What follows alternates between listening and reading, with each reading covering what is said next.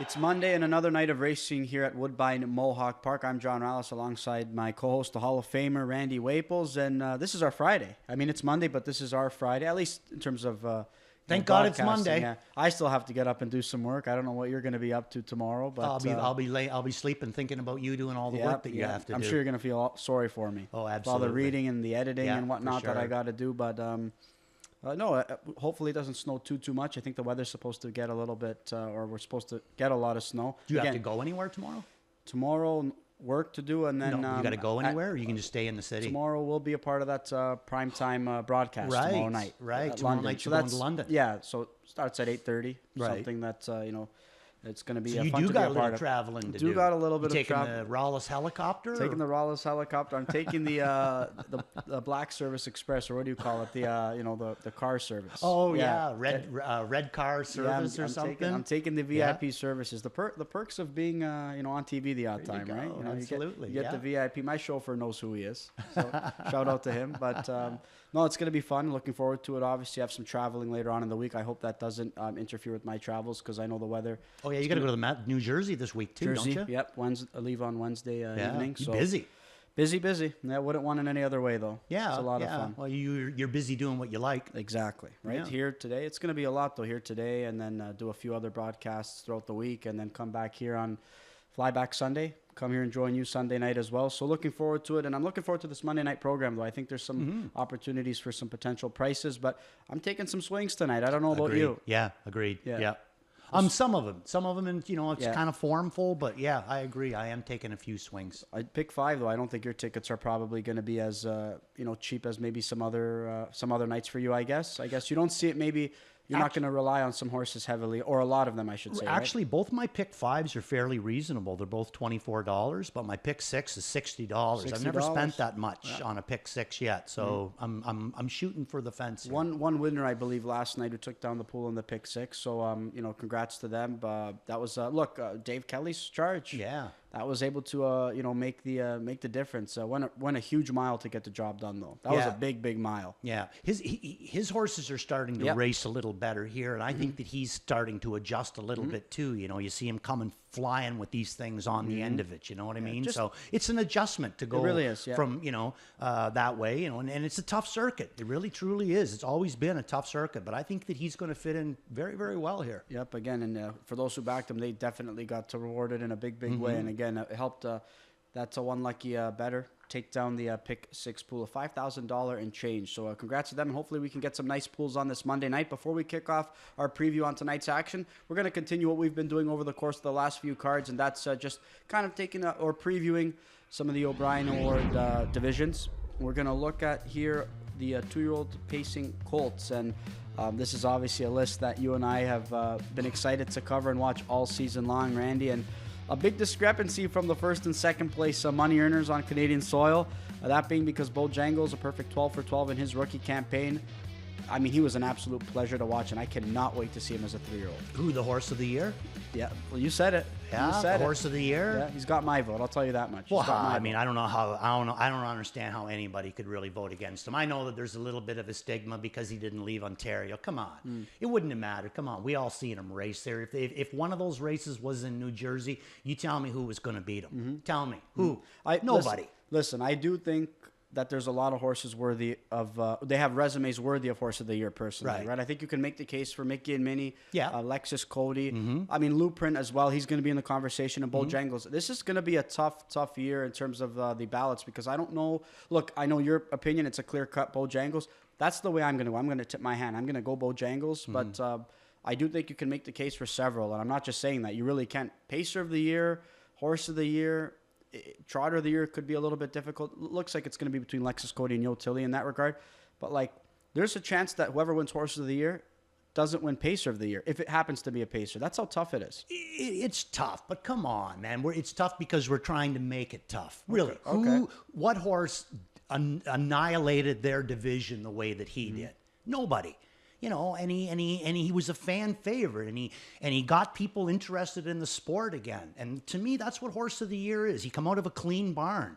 He did all of his racing, in a tough way. So, I mean, I got to go Bojangles as horse of the year. I know, he's Canadian and blah, blah, blah. It's got nothing to do with it. There's been lots of times that I've said a horse in the States there that, oh, yeah, absolutely, they deserve horse of the year. Well, why doesn't he deserve horse of the year? He took on every single of the best 2-year-old pacing colts, and it wasn't even close. Yeah, I don't think there should be a penalty against him given the fact that he raced here. We've discussed this in the past. I mean, it just happens that the best races or the top races in their division happen to be on Canadian soil. I don't think that he should be penalized for it because the best came here to to race against him. Again, it's not our fault we were host, or it shouldn't be his fault that we were host of the Breeders' Crown. The Metro takes place here.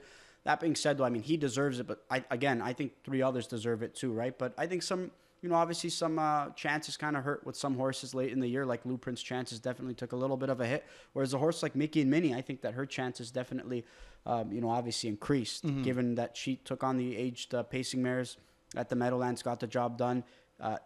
Never been worse than second this year, I don't think, and 12 wins. Like, she's had a pretty strong resume as well. And Lexus Cody as well. He's won on just about every single track, any size track. Lua Dipa,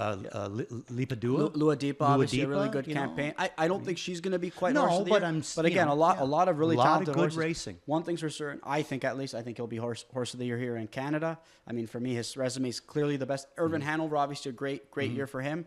I just think Bojangles' resume just kind of, I mean, it stands out, right? I mean, 12 for 12. It's just pretty remarkable. And no disrespect to anybody else on this list. Look, I'd love to own any one of those on the list. These are some really talented Ontario-sired pacing colts. I mean, Redland, Rocket Man, Sweet Love and Lou, obviously not OSS, but Windor till the cows come home.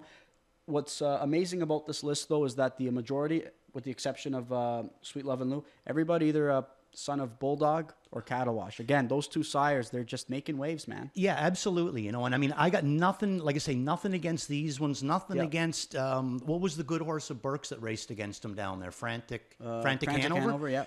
Nothing against them either. Unbelievably good horses, but that's what makes him even greater, is that you took all these nice 2-year-olds, really, really super nice 2-year-olds, fast, Frantic Hanover. I watched him win in 49 at the Meadows. You know what I mean? Impressed. Like, these are great individual 2-year-olds, but when they get in against him, they don't look so good, but yet he does.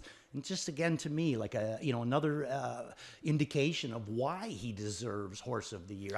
In my time, not often do 2-year-olds come along like a Bojangles. Last one I seen like him, some beach somewhere. Okay, and we'll get a chance to see Bojangles, one of his highlights momentarily, but we're gonna get a chance to see Till the Cows Come Home, and I believe his victory in the Nasagaweya.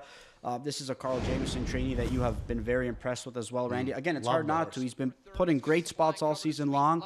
I remember his first career start when he got the job done. He, Jody, I think, had him buried on the inside, and he shook loose late in the mile. And him and Carl were really impressed at the fact that his colt displayed that level of speed and that effort, and he was able to carry it on throughout the rest of the year. The only problem with the rest of the Ontario side pacing colts is they had to hook, Bojangles all season long. But this was a really nice victory for Till the Cows Come Home, who got a chance to slip out late in the mile and delivered a nice score. And again, this is a colt that I think is going to get even sharper next year as well. Oh yeah, and he's got good size, and again, the barn that he comes out of, Carl, he does a great job. He's been down this road before, and he knows exactly how to manage them. So I think big things for Till the Cows Come Home.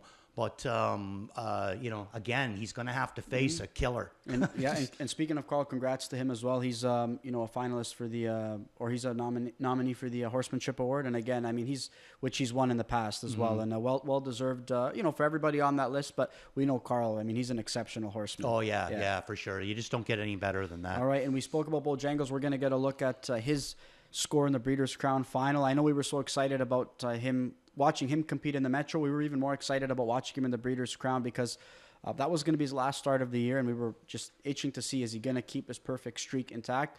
And he definitely did, and a lot of fun for us to watch. I mean, we don't want to be homers and root for him. It's so much fun watching these horses compete. It was just kind of hard not to see him continue his perfect streak going. And just another great performance, another great call by Chad as well. I mean, he's been a part of some great calls regarding this star colt. Yeah, no doubt about that. And you know something, John, I don't mind being a homer. In certain situations like this one, I'm very, very proud of the fact that this horse bases out of Canada. And same as I was proud of Some Beach Somewhere in McGrath basing out of Canada. You know what I mean? I don't think there's anything wrong with being Canadian and being proud of the horses that that are up here, but just an incredible animal. Absolutely, and you could see again every time it looks like he's waiting on him. Yeah. It's what great horses do. Yeah. Yeah. Every time I talk to connections when I do a post race interview with winning trainers or winning drivers, it's the same thing I always say. It just looks like said horses waiting on them. And the common answer you get with these great horses is they just wait on them. I had a great horse on some beach somewhere's back one time at the head of lane, and I mean a really, really good horse. And he was loaded. And I moved off his back thinking I'm going to beat some beach somewhere. And all I remember was Paul just taking the handhold and going like this. And that horse was gone. And you know what I mean? Like it didn't, as great as mine was, there was two different levels. And I think that that's what we see with this guy. You know, this guy is in a level completely on his own. What he does next year, he does next year. You know what I mean? I really don't know. Sometimes they come back stronger. Sometimes they don't. I got a feeling he's going to come back incredibly strong. And the reason is yeah, there was 12 races. But did you ever see him come back into the winner's circle stressed? No. And you talked about Chad's call. One of the best calls. Bojangles, does he ever get tired? Yeah, he doesn't. You're right. That's the thing. He doesn't get tired. So how could he not come back just as strong next year, you know? Speaking of which, we don't get tired of watching him compete. No. And just all the best. And again, we're looking forward to watching what he does as a sophomore. But, we're excited to see what kind of accolades he's going to take home. I do think he's going to, good chance he's going to likely capture, divisional honors here. Obviously, I think Horse of the Year as well. But curious to see what he does in the U.S. But look, tip my hand. He's my vote for Horse of the Year, right? So I'm privy to having a vote. I'm a homer. That's exactly what I am, a homer. I think a lot of people might be probably letting me know about that. But I think he's deserving of it. Like I said, four deserving candidates. But I used to hear the same thing about Sandpail all the time. You know what I mean? Oh, he's not that great. He's just a good horse up in Canada. Well, no, he's not. Yeah. He was just a good horse, period. We're going to find out soon if he takes home some honors at the Dan Patch as well. We're going to move on to the next division, the 3-year-old Pacing Colts, and we had a really nice group. Again, we got to see these horses compete as a rookie. The one horse we never really got a chance to see much of as a rookie was Madden Oaks because he really took on Overnight Company in limited starts as a rookie. He elevated himself in a big, big way this year as a sophomore. And the day he put everybody on notice was that Some Beach Somewhere effort. When Matt Kakeli got a chance to sit behind him, he flew home to be third in that outing.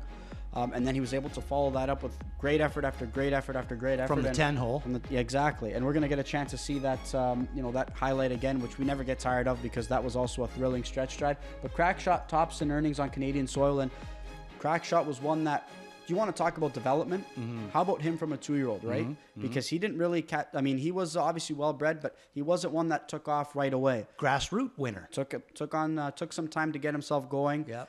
And then obviously late in the season started picking up some steam, got the job done in the grassroots final, earned a berth into the super final, and I believe was either favored or co-favored and delivered there. It's like the prospect of what you could see as a 3-year-old had to have been exciting for Greg, Doug, and Doug McNair, and obviously Frank Brundle and company. And he delivered. You know what? It wasn't a perfect season for him. He had some ups and downs, but he was able to piece it together at the right time. And what a nice call. Oh, unbelievable. Yeah. And I agree with you. A great job of managing him right from the very beginning, McNair's both doing a great job. And what I kind of like about him, John, I mean, he's not a very big horse. He's not that way. But boy, oh boy, whatever he does have, it's all heart. He is one of the grittiest horses and fast and just wants to win races. Very accommodating. He's an athlete. And we're going to get a chance to see a super final score. Again, you want to speak about great efforts.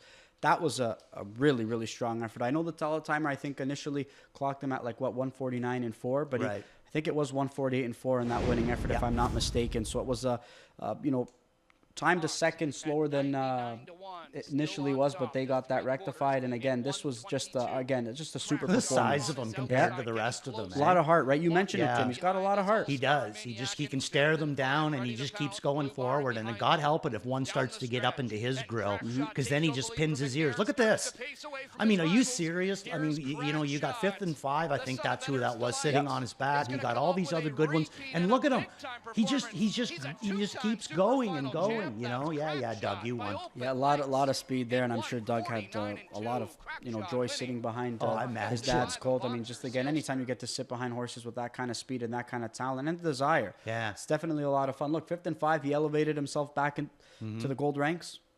And to be second to a colt like that, I mean, that's a huge win, you know, as well. And 5th and 5, obviously a really nice campaign. And he's, you know, got a good shot to be a finalist as well, I would have to say as well. Just look at the body language. Oh, unbelievable. Yeah, just a really, really, really nice colt. Great job. Plugs in. All right, crack shot there, getting the job done there in the super final. He's tops in money earnings on Canadian soil. Number 2 in money earning on Canadian soil is going to be Madden Oaks, mainly because of what he did in the North America Cup final, providing one of our you know, most memorable stretch drives that we've seen in the history of the of that final, and doing it from post 10 with Braxton Boyd. And let's just cue this replay up because we never get tired of watching it. No, this is a good one. So we're seeing Blueprint up in front and Madden Oaks in the 2-hole. And this is when it starts to get interesting here. He still can't shake him loose. And now he finds the seam up the inside. And at this point, I really, really did think that he had him. Look at the wheel difference. I think he went by him. He did I go do, by him. yeah. Look at the wheel difference here. And he's a bigger horse than the other horse, too. At one point, I thought he had him. I thought he had him there. And then all of a sudden, the other one. Great horses find a way to win, John. And you know what, Blueprint, again, he was one that always had a nose for the wire. He could get it done. He didn't get it done by the biggest of margins, but he got it done. He knew where the wire was. He knew how to fend off horses. Madden Oak still had a tendency to kind of wait on them a little bit. That was one of his flaws throughout the course of his 3-year-old campaign.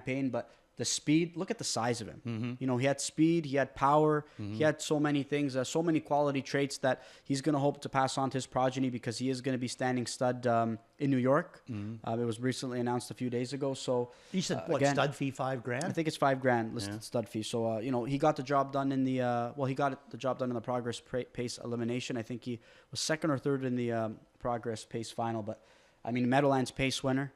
Was placed up in that victory. A couple of really nice finishes in some marquee races.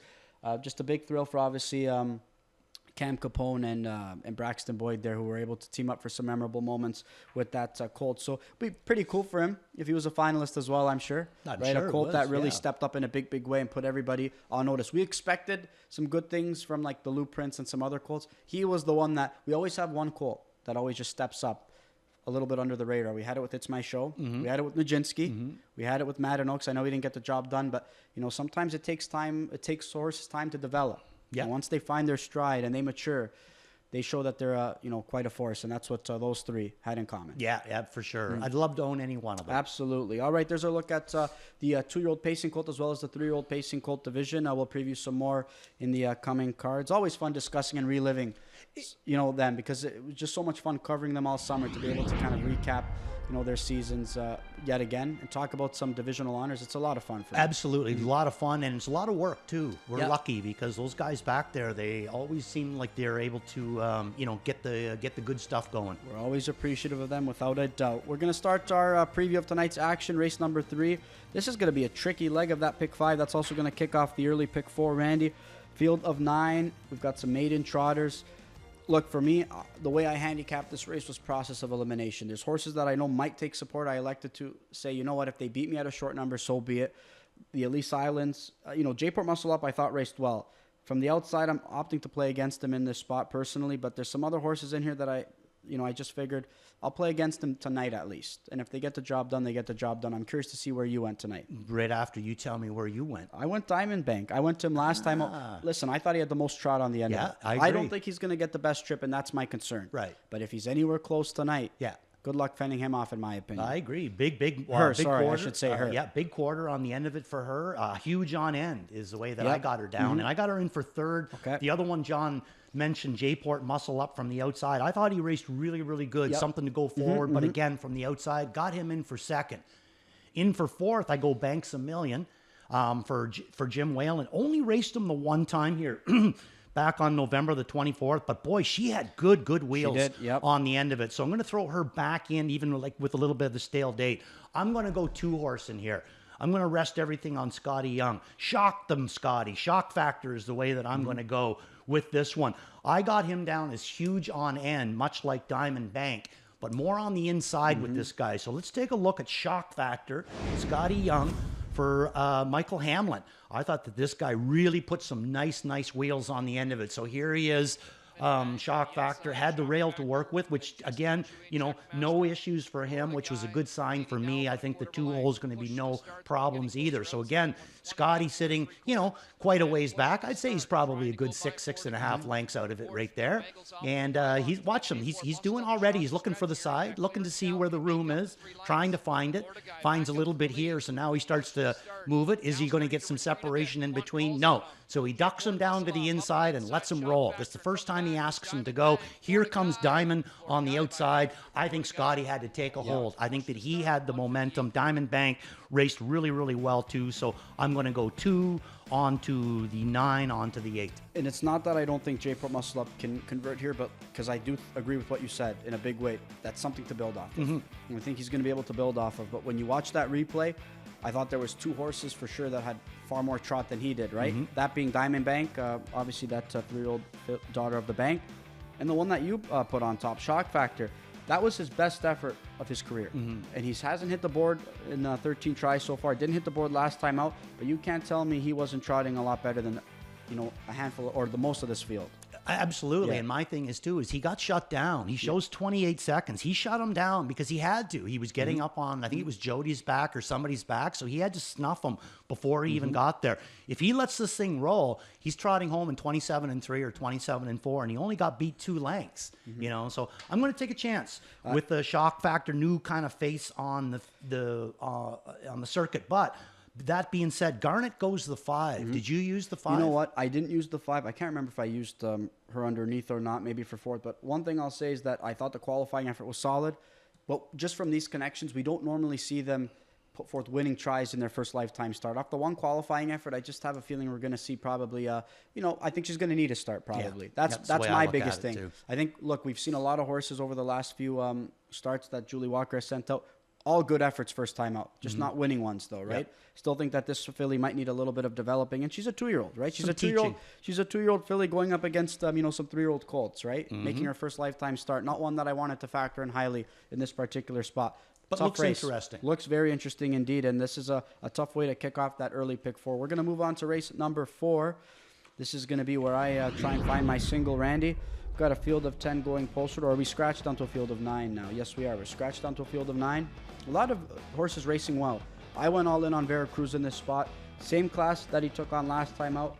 I do think that this is probably a tougher spot. I think this is an easier group maybe than the one he took on last time. What say you? I would say I'm going to look at it as a bit of an easier because I do have him in for second, and the big thing is just go like last week he finished the second to Manoa, then the week before he's second to Flash Chap, and then he ends up a good 4th in there against All Gas No Brakes. My friend Jose, he's racing really, really good right now, so I wouldn't be surprised to see him come up with a big effort. I got him in for second. The 6 horse is the way that I'm going to go in here, PL Robert G. I know he made a break last week, but he's a horse that doesn't usually make breaks. He was taking good support from the 9 hole. Now he's going to have the 6 hole in here. Tyler coming right back. So I kind of like PL Robert G. But the replay that I decided to send in is what I would call a troubled trip of the horse. Now, this is a very interesting horse because he always has good movement on the end of it. Sometimes I wonder if he's a little camera shy or not, but let's take a look at Ultra Miles in his last start. He was a winner on November the 24th. He exited the non-winners of 2. Now this is his first try in the non-winners of 3. Went off at 13-1. Week before, he was bet down to 30 cents on the dollar. This week, 13-1. Now he's going to come back here. Is he going to be 13-1 again? I don't think so. I think we're going to see a little bit better than that. So let's take a look at Louis Waugh and Ultra Miles. Down on the inside, you can see already Louis is looking to see where he can apply this big fella. And right now, he seems that little seam that he needs. And now he starts this guy forward. And is he going to hang there going through that air? No. He shot right through. And that was his first time in non-winners of 3. I got him back in for 3rd. Not really sure how tough they're going to want to be on him, but in my opinion, this is a really live horse right now. I put him in for 3rd, and I think that we saw him finally, break through that non-winners of 2 class. Look, to me, he should have got the job done far more comfortably 2 starts back because, he got a picture-perfect trip. He got the setup that he needed. That's just, again, a tendency of a horse that just doesn't seem like he wants to either go by or just kind of waits on them in a big, big way because I mean, he's a winner by what, half a length in that outing? He should have won by maybe three or more, right? But again, I think he's going to get himself acclimated nicely at this non-winners of 3 level, and I think he's going to continue to pick up big pieces. I don't know when he's going to be able to break through. I don't see it happening maybe in the next 3 or 4 starts personally, because I still think he's got some of those tendencies. But I tell you what, again, he can go with them. And he can put forth good efforts, because, again, that was a step in the right direction again. Yeah, what scares me with him is when he does that stuff. And he's so fast when he does it that I think that even whether he wants to get that nose up in front, when he comes flying, some of these times he's going to find room. And he's just going to, his momentum's going to carry it through, and he's going to end up, coming up with a big effort. So am going to use him in here, but only for third. But the biggest reason, not because I don't like him, it's because this is only second start at non-winners of 3. And like John said, it took him a little bit of time to get through the non-winners of 2. Yep, Veracruz and P.L. Robert G. I think those are going to be 2 popular selections in leg number 4. That also kicks off the pick 6 sequence. We're going to move on to race number 9. That's going to be our final pick 3 opportunity of the evening. I found this race to be pretty tricky to handicap. Gold Digger, obviously one who converted last time out. A nice effort by him. He's going to have a great shot to get the job done again, I'd say. Charlie Cheeks put in a miscue last time out, adding the trotting hopples back on, and start number 2 for Ben Baerjean, getting a shoeing change as well. French Vodka, I don't know what version we're going to see of him yet. It seems like he still maybe needs some seasoning, but I didn't want to, or maybe some more efforts to kind of get his legs under him. But I don't know if you can maybe heavily rely on a specific horse in here. I'm curious to know where you went. Stovid. Okay. Yeah. I thought Stovid, raced incredibly well in her last start. Her last 2 starts. I mean, the start even before that, in the Harvest Final, she drew the 10-hole, and Trevor blasted her right on out of there. Got her into the 2-hole in a good spot. She shows finishing 4th. But that was more to do with the fact that Chick Chalk Rose was gone, where she's getting beat, 5 3/4, because she was still live on the end of it. So then her next start, she comes out, and to me, outside again, and has the 8-hole again, good movement out of there, drops down into the inside. A couple of moves, and I would say a nice effort. And now we're going to get Dougie McNair back on this girl, and he gets along really, really well with her. But I think that Trevor and Tyler both did a really good job of keeping this girl, her form good, considering 2 really, really average kind of post position draws. They did a great job. So let's take a look here at Stovid.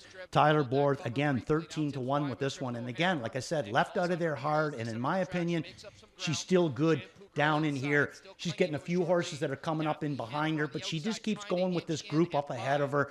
I think that with the return of McNair in with this group, I think he can get a good spot with her, and maybe she might be able to jump up and get the win. She's already had a win on our circuit in 55 this year. Look, there's no clear standout in this field, right? I mean, we see a couple of 7s. We see an 8 here by Garnet. I'm going to go Charlie Cheeks. Look, the horse took support last time out. You really liked him, and he made a miscue, right? So I'm willing to kind of go back to him with no clear standout.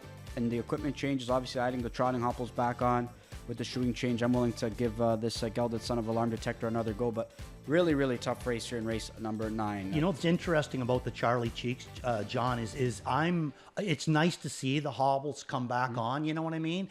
But I'm more interested in the shoeing change, because remember last week was the shoeing change. I think he went to aluminum behind last week with this guy, and he did not trot well last week. I mean, he just looked like a spider with 10 legs out there. Now Benoit's going to go from steel to aluminum in front. So I'm not 100% sure now if this horse doesn't have 4 aluminums on, but the hobble's coming back on. That's got to help too. But that gate's got to get cleaned up, because he is not going to win races the way that he was trotting last week. I completely agree. A wide open race in race number 9. We're going to move on to race number 10. That's going to be the first half of the late double. We've got a field of 9 going postward, and I found this race to be pretty tricky though, Randy, because I think you can make the case for just about anybody in this spot. Ultimately, I landed on the 4-horse Buddyville, who I thought put forth a sneaky good effort last time out. And I thought 2 starts back, his effort was really strong. So I'm hoping that he can convert. But there's some other horses we know when they're on their game that can get the job done. Specifically for me, being he's in control. What version of him are we going to see tonight? And I thought that was a better effort last time out. Yeah, I think he's starting to show he's in control again. And I know he's right down in the bottom of the barrel, but You know, I mean, that just makes him more appealing because we know what this guy is capable of. I've seen him win his way right up to the class below the Open and be competitive in there. And I don't think there's any like problems with him or anything. He's just a bit of an unlucky horse, I guess you would put it. You know, Lyle just gets him good, and then all of a sudden he'll kind of drop off, and then he'll get good again. I think he's starting to get into that good motion again. I'm going to give him a try here up on front. Louis Waugh coming back. So let's take a look at his last start. Only 3 starts back, and since that qualifier. You know, he had last raced June the 9th, then started qualifying again on November the 7th. Has only had the 3 starts, and I think each start has been a little bit better. And what I liked in this last start, John, was the fact that Louis smoked him out of the 7-hole. The first quarter was 27 seconds. He, you know, and then he gets a little bit weak on the end of it, but I think because he did so much early, a half and 55 and change, you know, 3 quarters and 124, I think that it left him a little tired, but I think it's going to make him better this week, and that's what I'm kind of going for. So he's in control. Yeah, a little bit tired on the end of it, but again, I know what he's capable of. I think he's inching closer and closer, and if he comes up with some crazy mile, the next week he's going to be 1-5 in a class like this. So I'm going to try to get on him when there's a chance that I can get him at a price. I used him underneath. I went to Buddyville here in the spot. We saw him up the inside there. Didn't really have a seam, but I thought he was moving well on the end of it. I thought he was moving well 2 starts back. But we've seen this tail before, right? When he starts closing up really well, and then he gets used hard early, and he doesn't have the same left late. So that's my only concern, but I don't think there's a clear standout here in race number 10. I think that's why we're seeing different opinions there. That's going to be the first half of the late double. That's going to close out that late pick 5. To close out the card in race number 11, here we've got a field of 9 going posted, and I think moving on over is going to attract a lot of wagering support here. Going to be making his first start for new trainer Gary Murner off the claim. Things didn't work out last time out, but maybe he just didn't like being on the front end in that particular spot.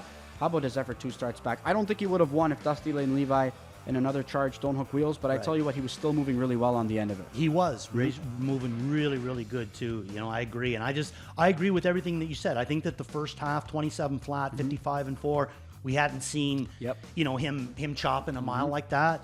And I think it left him a little bit tired. And a little bit tired is what he ended up being. He only got beat 2 lengths. He still come home 28 and 4. So he wasn't exhausted on the end of it. The week before, like John said, he reversed the trip and he come home 26 and 3 and got the job done. So now going to go into the Murner barn, making his first start for Gary Murner, picking up McDonald, middle of the gate. Let's take a look at moving on overs last race here. And, you know, we're going to get to see Connor B in this one as well. We're also going to get to see Carson's Buck and Go. And we're also going to get to see the 1-horse Crazen Party Boy, who also is a very interesting horse tonight for Bruce Gillickson. So, well, whatever you do are able to see. This is probably what Santa sees, like, you know, late on the 24th.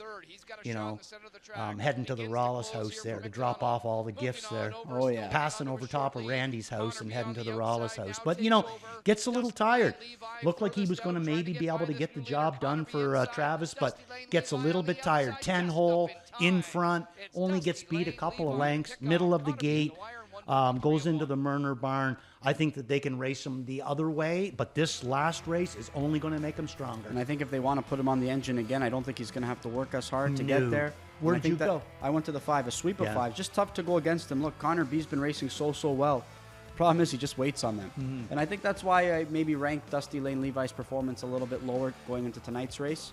Because to me, off that trip, he should have got it done easily. And the fact, I think that he was, I couldn't tell if maybe he wasn't going to go by or if Connor B was kind of waiting on them. Nevertheless, he definitely is a contender in the opener. But moving on over, definitely one that I think is going to take big-time support and is also going to look for a big-time improvement in his first start for new trainer Gary Murner. There's our thoughts on this 11-race program. We're going to move on to some Pick 5 ticket ideas. And Randy, you're up first. Let's look at your multi-leg sequence here. Okay, the first one, it's a $24 ticket, but kind of was a little bit tough. So I go 3 deep in that opener. 2, 3, and 6 is the way that I'm going to start this off. That's going to be TH Allow Me to Lead, Strongman Hanover, and Dusty Lane Levi. And then in race number 2, 5 and 8, Let's Get Rocked and Wicked Express. Interesting race that one's going to be. Race 3, Shock Factor. We showed you that, but I'm going to back them up with Diamond Bank, the one that John likes as well. Race number 4, the 6 and 7 is the way I'm going to go. PL Robert G. On to the horse that I like in for third, Ultra Miles, just in case that momentum gets me. And in race number 5, I am going to single the Doug Brown trainee, Daffy Hanover, who I think is really starting to come around. All right, we agree on the first few legs. Same 3 in the opener, same 2 in the second leg. Again, using more or less some of the same charges. I'm going to go all in on Veracruz, though, for me in race number 4. I'm going to go 159 in that closing leg. I think Daffy Hanover has been racing really well. I would have ranked this filly a lot higher. I don't know if I'm starting to see a filly that doesn't quite want to go by horses right now, and that's my concern. Her efforts have been good. That starts to worry me, just from a handicapping point of view. She's going to be right there. She's going to be in a good spot. Is she going to want to go by? She's going to take support, so I opted to leave her off. I do know that with the right trip under the right circumstances, look, again, I don't think there's a clear standout in this group. Crypto Hanover is going to take support, but I tell you what, Jody gave her a perfect steer last time out. She should have had more on the end of it, in my opinion. Yeah, that's kind of where I'm looking at Crypto Hanover now, too. I got her in for second. It seems like right now, 20 starts, 1 win. Yeah. But, it seems like she likes second, she likes third, but just not big on the wins just yet. But, who knows? I mean, we've seen this movie before, and maybe James is going to be able to get her there. I thought Fateful raced pretty well, and I think Validus maybe with a better trip. I think that one is definitely intriguing. So there's some multi-leg ticket ideas. We're going to look at our plays board. I have a feeling Daffy Hanover is going to be one of them tonight, I assume. Given she's a single for you, I assume. No. Oh, she's not? Okay, no, interesting. Let's see what you got then. Okay, so it's going to start off in race number 6, my all-in, best bet of the night, Cold Creek Aspero. All right. I think she's going to come right back into that same class, and I think that she is going to be very, very tough to beat. I'm coming right back to Roxy Hart. I know that a few people think that Chick Chalk Rose was out of position. I don't see it that way. I just think that Roxy Hart is in a good spot. And the other thing is, too, is I don't think that being in front is Roxy Hart's best trip. I think she's better from the other way. So I'm going to go double up on her. Beat the fave, Stove It. Shows you that one. I think that this one could come up with a big effort. And worth a look is going to be he's in control in race number 10. All right. So I'm going to look to even the score with you because you loved Roxy Hart in the opener. I loved Chick Chalk Rose, and you got the job done. So I'm looking to even the score here. She's going to be my best bet in race number 7. We'll make a side wager on that, too. I'm sure Coffee better, too. Value play is going to be Diamond Bank. All in is going to be Veracruz. And my spot play is going to be Buddyville. So I think some nice lineup, some intriguing 4-pack for both of us, I'd say. Tonight. But that's what we started. We said that we're not all going to go chalky tonight. We're going to take a few shots, Absolutely. Speaking of intriguing, some our resident handicappers and their thoughts. Antoinella, spot play for Garnet Barnsdale, definitely intriguing. There's Giselaine Piquet. Take 2 for Century Lexus. Kevin Plouch in agreement with you. Stovid as his spot play. 4 minutes to go before we kick off this Monday night program. Some intriguing races and some intriguing fields all night long. Randy and I will be here all night long to take you through tonight's action. Best of luck.